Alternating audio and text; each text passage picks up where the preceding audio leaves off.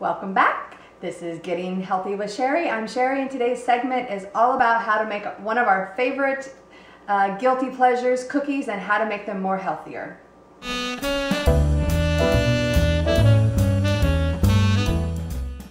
Today's cookies we're going to make is chocolate crinkles, one of my absolute favorites. Very, very simple, only maybe 5 to 6 ingredients. We have our cocoa powder that we're going to sift, and it is a cup of unsweetened cocoa powder. We also have only a cup and a quarter. The original recipe calls for 2 cups of sugar. We don't need to add that much. It still gives it just enough sweetness because we have powdered sugar that we're going to roll it in once the dough is done. So you can cut your sugar back, and also saves on calories as well. We also have a cup and a quarter of flour in our bowl. I also put the ½ teaspoon of salt and the 2 teaspoons of baking powder, and I substituted the 2 cups originally that the recipe calls for a ½ cup of flaxseed and a ¼ cup of hemp seed, and the hemp seed is going to give it a nice little nutty flavor. So let me just whisk that in. And basically the reason why you want to whisk all your dry ingredients, because you don't want someone to take a bite of a cookie and they taste the baking powder or the salt. You want everything to be very harmonious. So that is done. Plus, you want to sift your cocoa, because as you can see, it comes out very lumpy, which means when you mix it in, it's going to be lumpy as well. So just give this a quick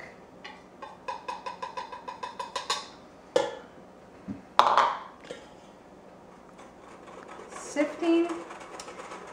And then again, this is a cup of unsweetened cocoa. Okay, after we put our 1 cup of unsweetened cocoa, I put, there'll be 4 eggs, and I also added the 2 teaspoons of vanilla that goes in here. And you'll do the eggs one at a time.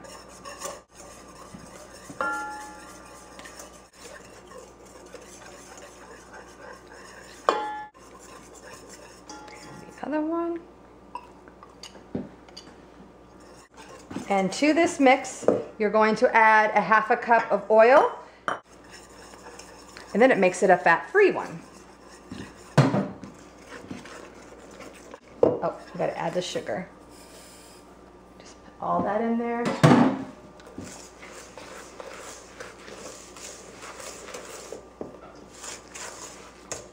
And we're just gonna whisk it really nice. Just to combine, and then the rest of it.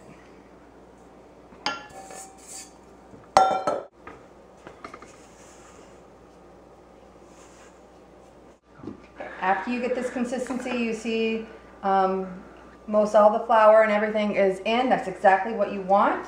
You're just going to put it in some plastic wrap, and then you're going to put it in the refrigerator for 3 to 4 hours.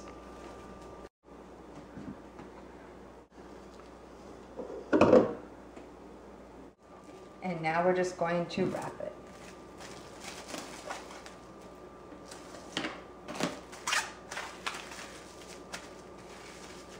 You want your oven to be at 350,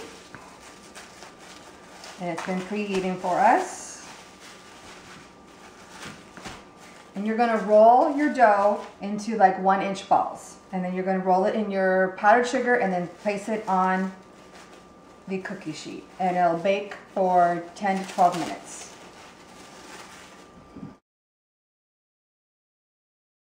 Try to keep one hand for the powdered sugar. It'll just make it a little bit easier. You want them about 1.5 inches away from each other. This will generally make about 2 dozen cookies. You want to keep them, you can use a scoop, a smaller, like a melon scoop, and then that way they're more consistent if you're not sure about how to do the balls about 1 inch. But you should be able to get at least 2 dozen out of here. Another good thing about this dough is that you can actually freeze it instead of put it in the refrigerator, and that way when you know that people are going to come over, or you just want to have cookies around, you could just take it out, let it defrost for a couple of hours, and then you can roll them out in no time flat. We have our cookies on the cookie sheet, and I'm gonna put them in the oven at 350. We're gonna bake those between 10 to 12 minutes. This is at 4 minutes, and this is exactly what you want. Looks like our cookies are done, so I'm gonna take them out.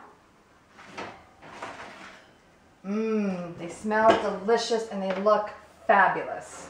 I'm gonna let those cool just about a minute, and then I'm gonna transfer them to our rack so they can cool even more, and then we're gonna enjoy them.